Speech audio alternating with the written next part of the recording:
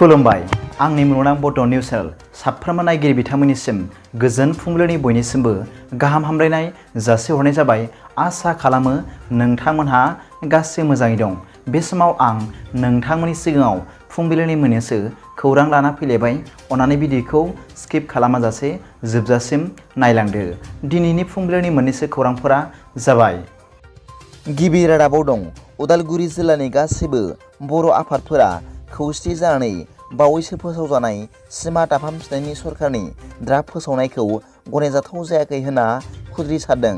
खौरां मोननाय जादों दि बिथांमोनहा उदालगुरि जिल्लायाव सरकारनि एसटि रिजार्भेसन सिटखौ बोखारना होनायनि थाखाय मैया खुद्रिसारदों होनना मिथिनो मोन्दों। खौरां मोननाय बादिब्ला बिथांमोनहा 10 जुलाइनि सिगां मोनसे थान्दै हान्जा दानानै एसटि रिजार्भेसन सिट होफिननांगौनि दाबिखौ लानानै गोदान दिल्लीयाव मेम'रेन्डाम गथायहैगोन।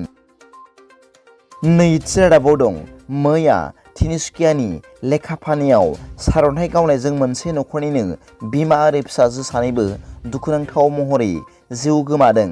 खौरां मोननाय जादों दि बे सारअन्थाइ गावनायजों अबथिरा जिउ गोमानाय सानै सुबुंनि मुंफोरा जादों बिमानि मुंखौ रन्जना बांग्रा 32 बोसोर आरो फिसाजोनि मुंखौ दिपाली बांग्रा 7 बोसोर बैसोनि होनना मिथिनो मोननाय जादों। थामथि रादाबाव दं बिजेपि राजखान्थि दोलोखौ फेजेननो थाखाय गोदानै राजखान्थि हान्जा दाबाय। खौरां मोननाय बादिब्ला 2024 मायथाइयाव जानो थांगासिनो थानाय लकसभा बिसायख'थियाव बिजेपि राजखान्थि दोलोखौ फेजेननो थाखाय बेरेखा राजखान्थि दोलोफोरा खौसे जानानै PDA मुंनि गोदानै राजखान्थि दोलो दाफुंबाय। मख'जाथाव बाथ्रा दि बे गोदानै राजखान्थि दोलो दानाय खौराङा गोसारनाय लोगो लोगो रायजो राजाफोरनि गोसोआव सोंथि सिखारदों दि बे बाराव बिजेपि राजखान्थि दोलोआ फेजेनजामारसिगोन नामा होननानै। ब्रैथि रादाबाव दं बर' हारिनि थाखाय गोजोनथाव रादाब लाबोदों।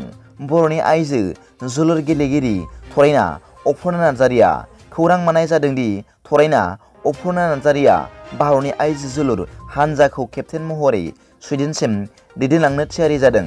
बे गोजोनथाव खौरांखौ मोननानै बिटिआरनि गाहाय मावफुं सोद्रोमा मानाव गेदेर प्रमद बर' बिथाङा बिथां अपर्ना नार्जारिनिसिम गाहाम हामलायथि जासिहरदों।